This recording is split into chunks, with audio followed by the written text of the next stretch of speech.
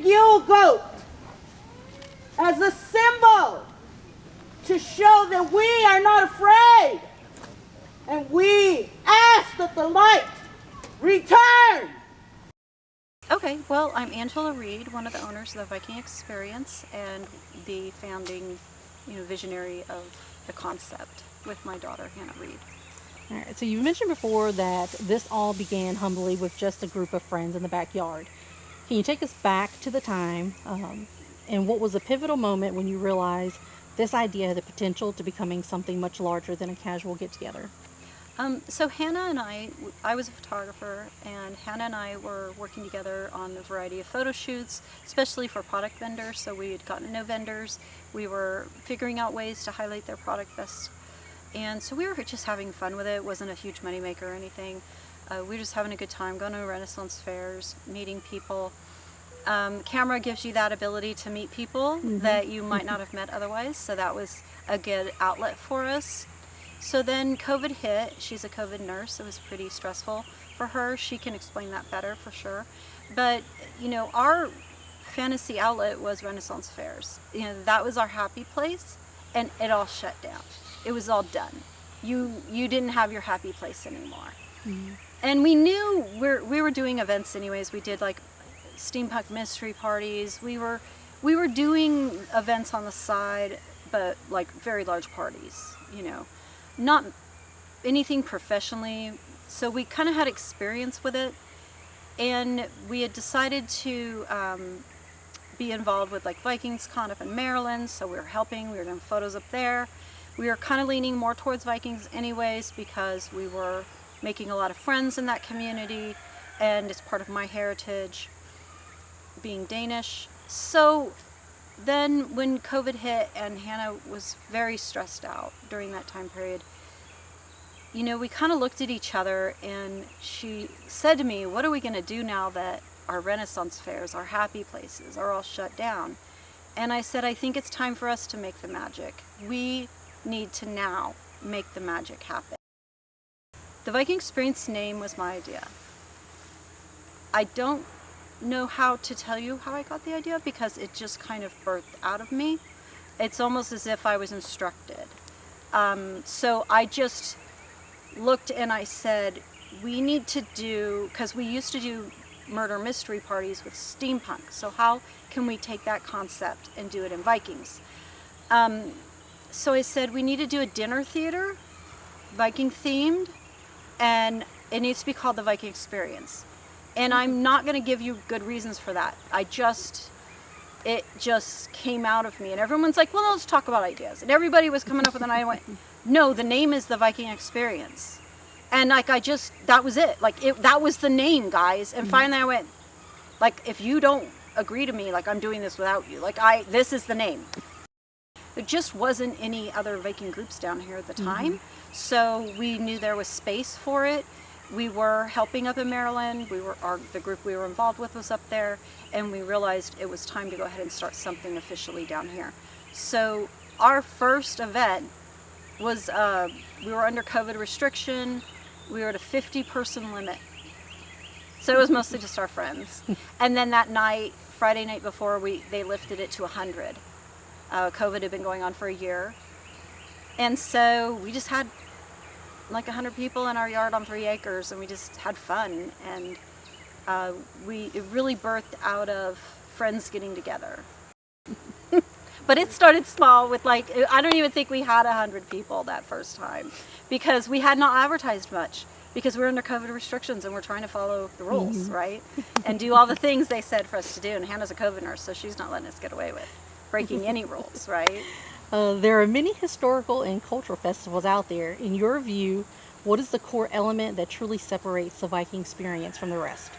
Well, I really wanted to base it on encampments and have different groups coming in and grow those groups to be their own separate space. So I give them, there's your square footage, here's your rough perimeters, but they each have their own activity and their own space. So it's really based off of a lot of small groups. And the reason is because number one, I want to create community in this area. So for example, for more of human history, we've lived in tribes. and we have lived in villages. And this big city life is actually not really how our DNA works. We really weren't meant to live in this modern world that we're in. And people are starved for community. They don't just want it, they need it. So whether it's a Renaissance fair, whether it's the Viking group, whatever your thing is, you have to find your own community. And we knew we could create a community first. And when we met that need, people would come back and come back and come back. So when we have, so each festival you have to figure out how long is the turnaround time? When your customer comes in, how long are they staying? When they leave, how is it 3 hours? Is it 4 hours? Our customer stays 10 hours. Why? Because they found a home. And so that's our goal, is to have that customer sit down around a fire, around, because sometimes we'll have even 20 groups coming in. So they're going to find some campfire where they feel comfortable, and they sit and they talk, and they're surrounded by the period stuff. And maybe for a little while, their phone doesn't come out, and the modern world doesn't exist, and they're transported back in time for just a little while. And life is simpler. And all you really have to worry about is what's for dinner, and, chatting with your neighbor. And we get back to some of the basics of our actual DNA, of what we were meant to be. And that stress just comes off. So you're known for being very selective with the vendors. How does this careful curation process contribute to the overall authenticity you strive for? We're pretty picky about vendors. We do have vendors that, are disappointed because they can't get in. But we want to make sure every vendor that comes is able to, make a fair amount. They're a business person. We prefer small businesses. We prefer artists. Once in a while, we do have one category of general store but a lot of times those general stores are buying from artists and selling, but they tend to sell some items that people need, like garb, things like that. But for the most part, it's all artists. When we first started, I went on Etsy and did a search for North Carolina Viking people, and I just wrote them personally and invited them that first year. So we have some vendors that don't go to any other event. They come to our event only. And so we prefer local if we can help it. North Carolina people, Virginia people, but we do get people that come in from other states for sure. Okay. Every great place needs a great name. Could you share the story behind how the village came to be named? Drekheim? Oh, that was not my idea. So that was the group getting together on, Discord chat. We have a Smedis, he's Swedish, so he's our historian, and he keeps us from not being embarrassing. And so we're like, are we embarrassing you? And he's like, no, you're good. I'm like, okay. So we do try to make sure things get checked. And he helped guide us. Hanna has the red hair, so the red dragon she was putting dragons on everything, and so we're just like, all right, what are we? And so it kind of came about that we're the clan of the red dreke, which is the red dragon. And with her having the red fiery hair, that fits. But that was not my idea. That was a group think of everybody chatting, and then Smedis correcting how we were spelling it, because we were originally not spelling it correctly. Again, does it pass the Smedis test, right? Not embarrassing Smedis too much. So your event focuses specifically, is it on the year 950 AD? Yeah, about 950 is where we're at. Okay. What is it about this particular moment in the Viking Age that made you choose it as your historical anchor? I like it because we've kind of had a couple hundred years of the Vikings getting around. So now we've accumulated things from all over the world, right? We've accumulated people. So we're a merchant town. Drekheim is a merchant town. So people are coming and trading. We've got trading ports, so we have a variety of people coming in that trading port.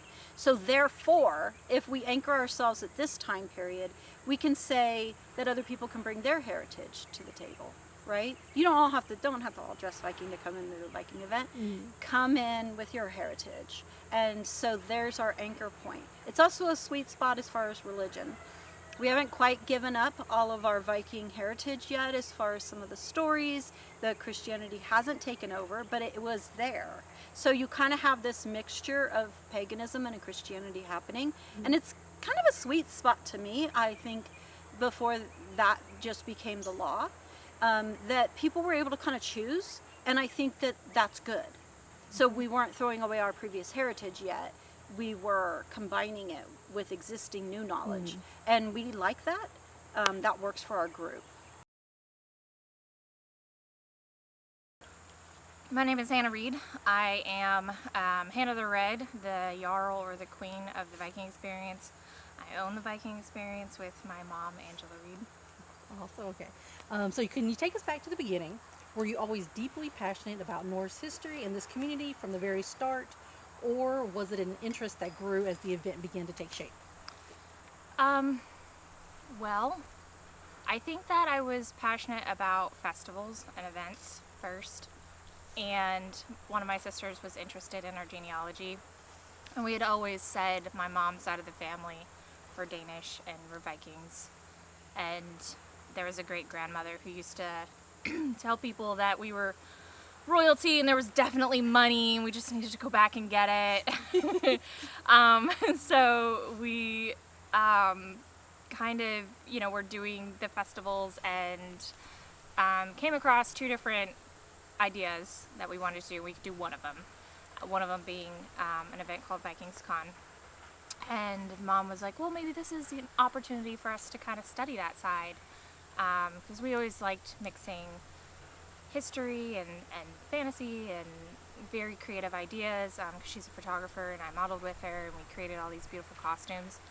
And in going to Vikings Con, we found an incredible community and they were so excited to have us, and we just walked away with all just this enormous found family feeling from the weekend, and friends I'm still friends with today who are standing by my side tonight and have impacted and helped grow this, and so the history came from that feeling of I found a place. And so while I love to study history, and so when we kind of delve into this, and then it just kind of became like this deeper and deeper effect of I found what I want to do now, and this place that accepts me. Okay. As the title of Jarl is a significant one, as the event expanded from a small gathering to what it is today, how did you come to hold that role? Was it a natural evolution, a group decision, or something else entirely? Well, I tell people I'm actually kidnapped and I didn't decide to be here. I think, of course, becoming the Jarl as you create your own group sort of makes sense. But I think too, I don't know, it just happened. It just happened, and then, but it wasn't Jarl, it was suddenly Queen, and then I told my mom, I was like, I could just step down, and then I could help, do more of the work for the festival, and we could just name someone else Queen. She was like, no, they wouldn't let you. And so I think that's kind of true in a lot of ways, because I helped create the group. It's like, oh, well, now you're in charge, but then in another way, I think that people wanted me to be the leader. And that kind of made me want to step up. Fascinating duality in your life, leading a Viking era village and working as a nurse. Do you find that the leadership skills from being a Jarl influence your work as a nurse, or does the compassion and problem solving from nursing carry over into your role at the event? I think both sides of the story of being a nurse and being a Jarl in this role influence each other. A nurse, you're compassionate, you're a problem solver, you're a leader. From day one, they always tell you you're a leader on this team.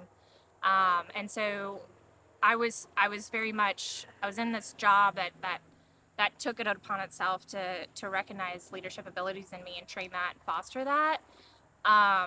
And then at the same time, as this group started to grow, But I would notice that as I trained myself to, speak loud and directly on stage, and as a Jarl, that when I went to work and there was an emergency situation, that I took over because that's what needed to be done. And I was loud and I spoke directly and I used that same voice started coming out and I commanded the room.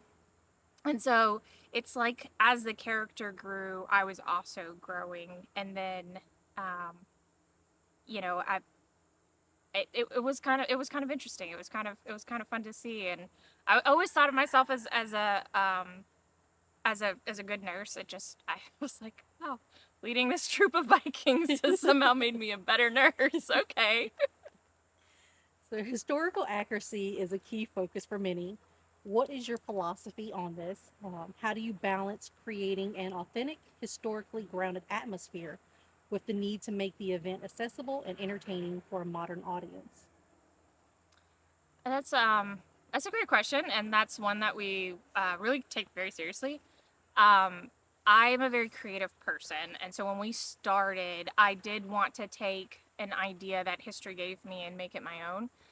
I firmly believe that creative people have been alive the entire time humanity has been around, and that we're not cookie cutters. And so while we have a very limited view of like from archaeology of what people might have worn, um, that there was always the creative person who probably did something a little bit different. However, I do think that we are speaking about an era and about a people who are a very proud people. And in order to do this right, we have to study history. We have to birth from history. In order to say we are proud of these people, we need to say and show what they were doing. So there's a balance of, hey, let me show you, these beautiful historical accuracies, and let me use my own personality to do that. So while, I think we've had some random criticisms of our group, and one of them was something along the lines of we're too colorful, which we're very colorful, and I'm not going to give that up. And that is one of those personality things.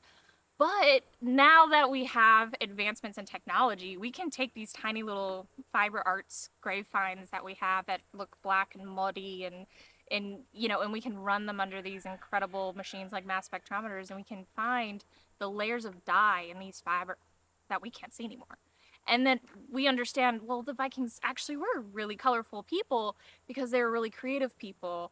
And so there's a balance of let me hold true to the history, but also let me hold true to who we are as people, which are creative individuals. Coob, like Man, I can cut everything. I'm listening. Yeah, we comes to play with me. Uh-huh. So it's like most likely the person that's going to win is going to be someone who's played me 100 times. So Yeah. to win something from me, like not to toot my horn, but they probably No, would. we watched you. I was like, how? They're not going to win. It's my game. I changed the rules. We got the Dreckheim rules where you can throw overhand instead of the bowling style. That bowling style is stupid. Like, it don't make sense to me. Like, I'm like Dodgeball. You ever seen the movie Dodgeball? Yep. If you can dodge a wrench, you can dodge a ball. Well, if you can hit a little freaking tower with a stick, then you can hit a grown-ass man with an axe, right? Yep. So that's why you throw overhand We're in going to leave Dreckheim. this. I'm going to leave this in. Could you please introduce yourself and tell us what your role is within the Viking Experience? My name is Wolfar. I have been called the Oracle, but my official title is Gothi of Clan Red Dreki. It is a kind of blend between a spiritual man and an organizer. I see who comes in and out, and I'm advisor to Queen. I'm on the council and court, and when there are votes to be had, my voice is heard. All right. And how long have you been a part of this community, and what first drew you to join? Oh, well, that's an interesting question. So I've been a part of the Viking Experience before the Viking Experience was even an idea. We met, Angela, Hanna, and I, at the very first Vikings Con in La Plata, Maryland, where I portrayed Floki. And I won the likeness contest, the cosplay contest. And we ended up partying together, and they followed me around, which made me want to follow them around. And it just started with an invitation to their house, and ideas bounced off each other, and it turned into maybe we should have our own Viking-themed festival. Can we pull it off? And then this. 6 years later, it went from 100 people in the backyard on a 3-acre property to 7,000 people the weekend. Just so excited to see everybody, and that feeling is indescribable. And what was your prior experience with Viking Age history or reenactment before you joined? So honestly, Viking stuff was my very first cosplay. My ancestry goes back to Poland and Denmark and the Czechoslovakian areas. So kind of the southern Viking areas. I am third generation in that sense. But I had very little experience until someone told me that I looked like Floki, and then I immediately deep dived and got so enthralled with the culture that I decided I want to emulate this, and I won my very first look-alike, and it just went from there. I was recognized, my character was recognized before I even made it through the front door from my vehicle, and it's like, I'm hooked, and I want to do this for the rest of my life. So, I'm Matt Playa. I play Hagar Bearbane. I am the Queen's diplomat and general of her armies. Okay, and how long have you been part of the community, and what first drew you to join? I've been about 4.5 years now.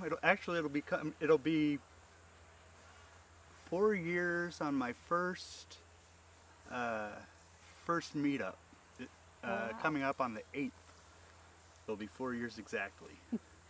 And what was your prior experience with Viking Age history or reenactment before you joined? So I had been with, I had worked with the North Carolina Renaissance Festival.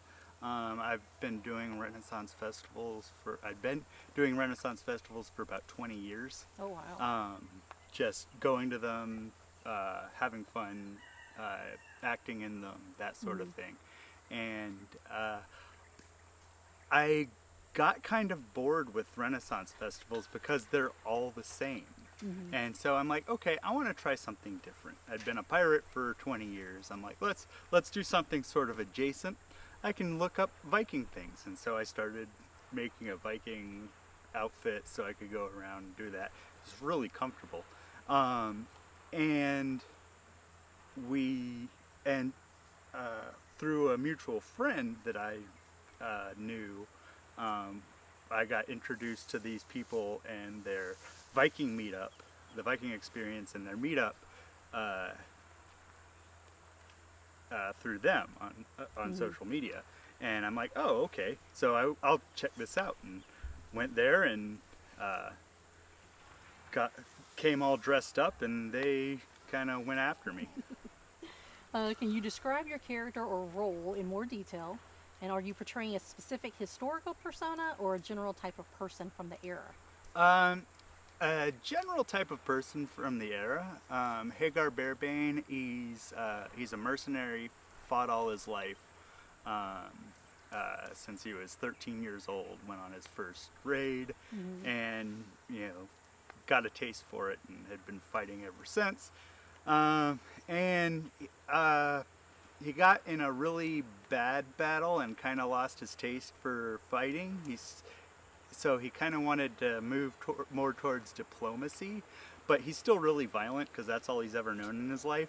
So he's a good diplomat in that he gets what he needs. He's a bad diplomat in that he's very direct. As the event continues to grow, what is your personal vision of the future of the Viking Experience? my personal vision, I am excited for seeing how it grows. I can't wait. We've been talking for a while about having, you know, permanent structures and things like that, little cabins and stuff for some of the characters, and that we can live in during the festival. I think that's going to add a really, really good aura to the grounds. How do you see your own role evolving in the coming years? I don't know. I mean, I'm cast lead, so I'm the male lead here. So I mean, hopefully I get to kind of keep where I am, but you know, just figuring out where Hagar goes from here, how he grows and develops, and kind of in his transitional phase from warrior to diplomat. I am my most savage dog, run barefoot, crossing sharp stones. I am my mother's savage daughter. I will not cut my hair. I will not lower my.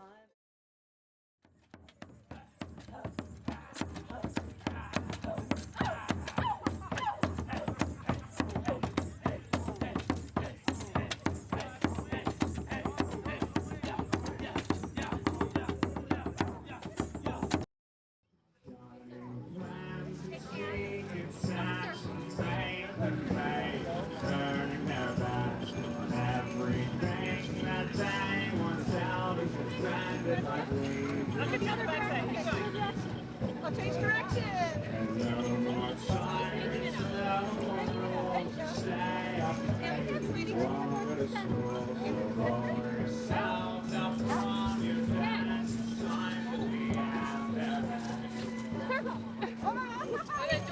Here you go. Here you go.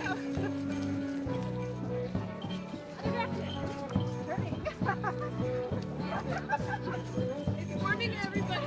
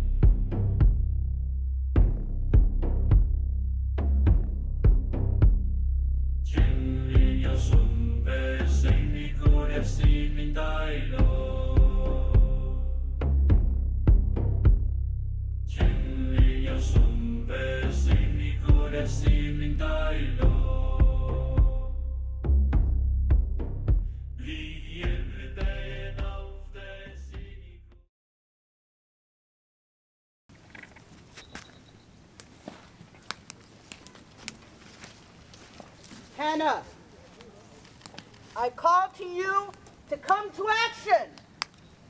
The longest night before the solstice are full of dark and evil spirits. Dark has had its time. Now it's time for the light to return. We do not fear the darkness itself, but rather the enemy it hides. Call your friends to be at your side and watch your back. The darkness will not overtake you when your friends stand with you in defense. Take this bow and gather the light to your journey. I must set upon a journey to gather the fading nights and bring the solstice and new light into them, ushering in a time of life, warmth, and growth. I cannot conquer this darkness alone. No one can. We must rely upon our bonds, our loyalty, our families, and of this community. I call upon my clan, my trusted warriors. Step forward, Hagar, of the clan Red. You have been my friend for many years, my diplomat, warrior, confidant. I ask you to stand now and draw your steel. Will you face the darkness with me? Red, I made that oath to you long ago, and I have no intention of breaking it now or ever. I give you my light and my sword. Step forward, Murgen of the Gales. You have traveled far amongst to find my people. You seek common ground with Clan Red, to call us allies. Will you step into the darkness alongside me and bring light back to the land and the sky? I swear by this blessed blade that I shall bear arms to stand against the dark with you. I swear by the saints and by Lu that I shall return light alongside you. And as long as I draw breath, you will have a friend and a protector in this journey. I give to you my life. Then come all, join me at my side as we venture forth. I thank you, my warriors, and I thank you all. Only together can this be done. We must first seek counsel amongst the Norns, the wise sisters who know the threads of fate and how they wind and weft. Follow.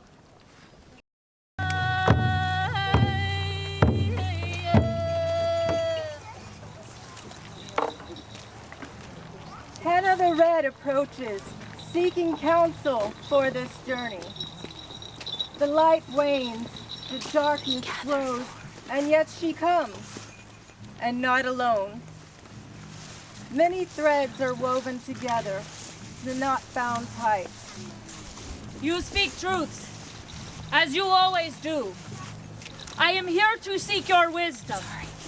The darkness grows stronger, the nights colder. Only by the return of the light will we thrive once more. I confess, I fear the dark. I fear in failing on this task. Tell me, what must I do? How shall we succeed?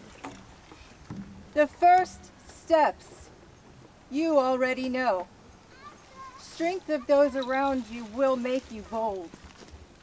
But companions are not enough. You must go forth, seek others, and learn and trust. Gather other threads to weave with your own. Only then will your cord be strong enough to bind the darkness grown. What is it I must learn? Who is it that I seek?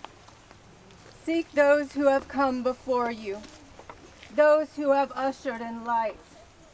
Seek the ones who have fought the darkness, and the ones who have done what is right. You must add their flames to your own, but take with you our thread and flame, that you might weave your cords anew and bind the darkness. Thank you for your wisdom, as always, and for your flame. We will continue to venture forth, unafraid, into the night, as we seek what must be sought.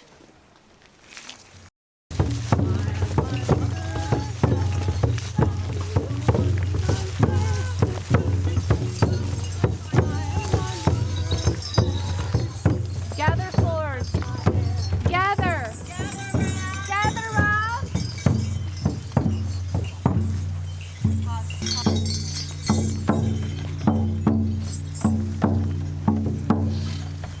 Oh, Krampus!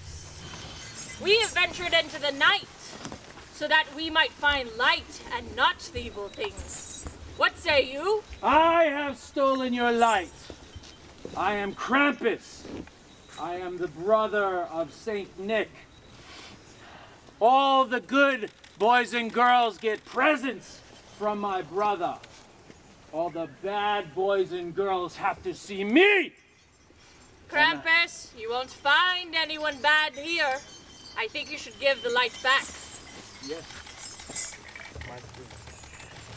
Thank you. And onward we go.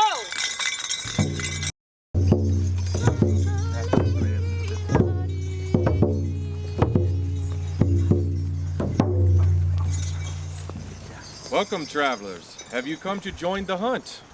Hello? We are on a journey to learn and bring back the light to the year. Who are you? And what hunt is it you speak of? Oh, I have many names. King of the Aesir, Allfather, Odin, and at this time of year, Mjolnir. I speak, of course, of the hunt. All hail the Allfather! All hail the Allfather! May your hunts be successful, but we would not wish to interfere with you and the spirits who ride with you. As we journey now at Yule and gather to bring back light to the year, please tell us your story.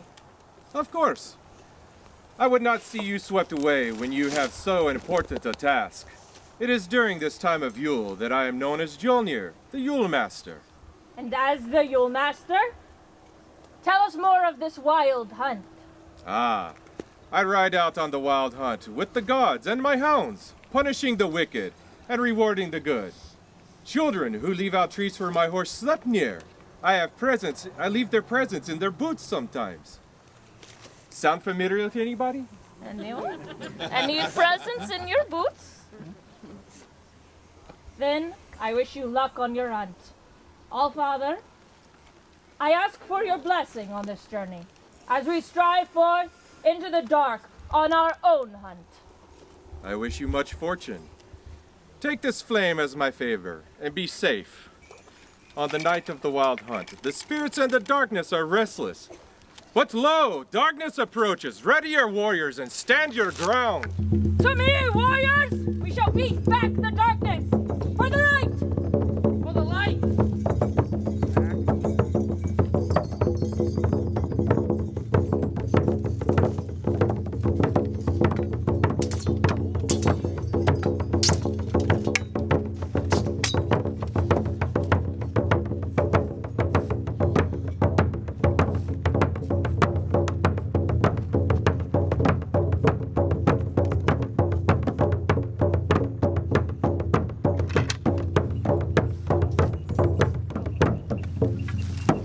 Now that the darkness has yielded, claim the light that they have held captive. This will further your quest.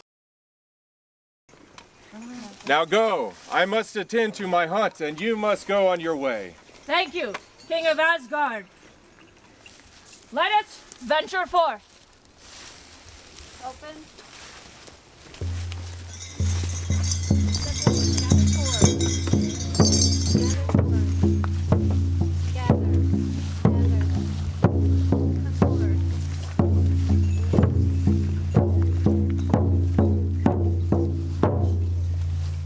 Greeting, friends.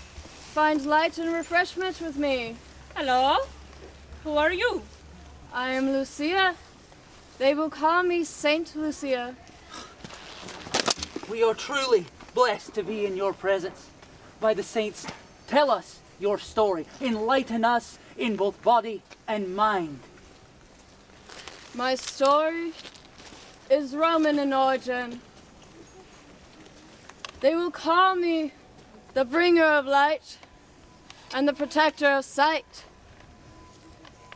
People of faith are being martyred in my lifetime.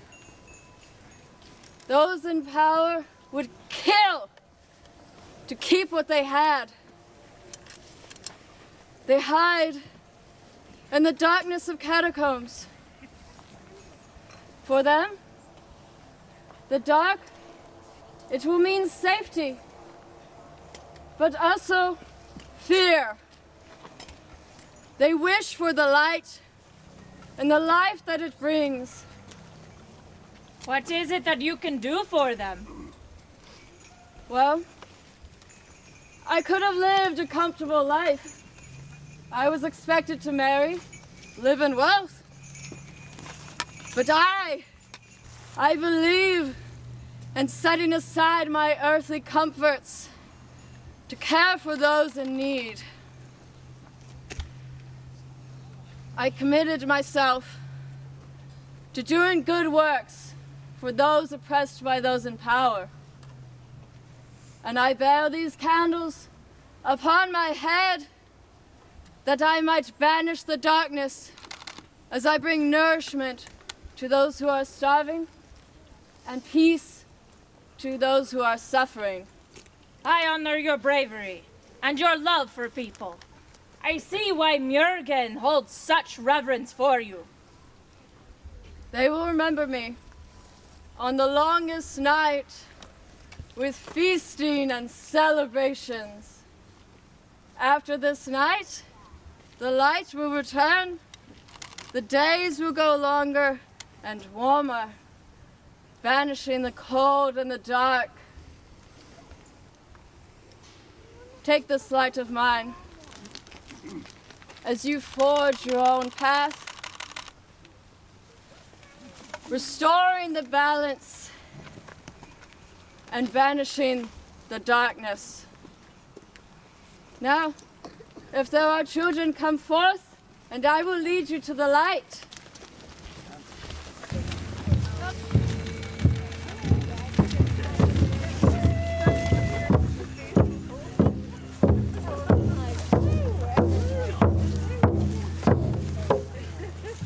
Merry Christmas and welcome. Thank you. But who are you? And what is Christmas? I've been known by many names during my time. I have been known as St. Nicholas, Santa Claus, Kris Kringle, and Father Christmas. Christmas is a great time of year where we share generosity and love for everyone. That sounds wonderful.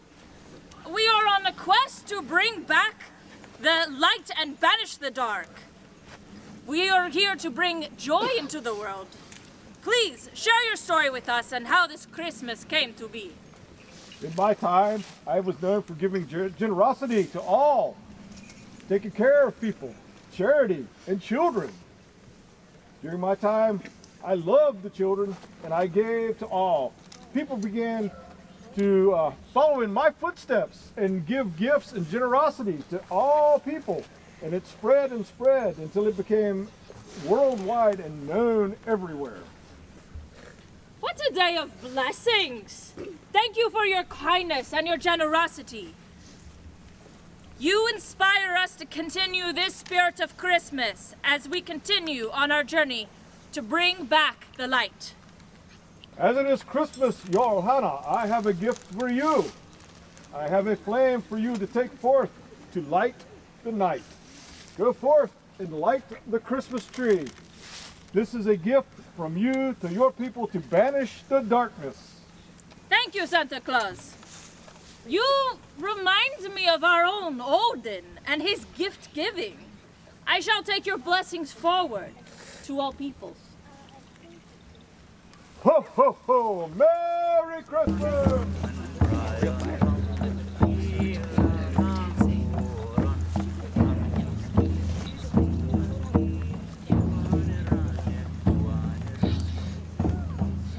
right. I guess we shall try this. Let's bring light to the night.